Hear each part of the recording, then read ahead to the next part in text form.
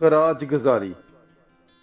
मुकद्दस मरकस की अंजील उसका 12 बाब 13 ता 17 याद तक।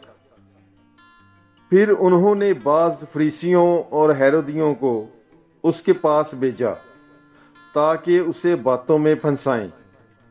उन्होंने आकर उससे कहा, ऐ उस्ताद, हम जानते हैं कि तू सच्चा है और तुझे किसी की परवाह नहीं, क्योंकि तू आदमियों की तरफदारी नहीं करता बल्कि रास्ती से खुदा की राह बताता है।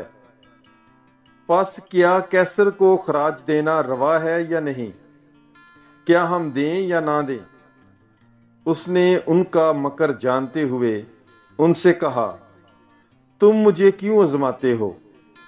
1 दिनार मेरे पास लाओ कि मैं देखूं। पस वो ले आए। तब उसने उनसे कहा कि ये सूरत और तहरीर किसकी है? उन्होंने उससे कहा, कैसर की। यीशु ने उनसे कहा, जो कैसर का है कैसर को, और जो खुदा का है खुदा को अदा करो। और वो उस पर नहायत मुतज्जब हुए।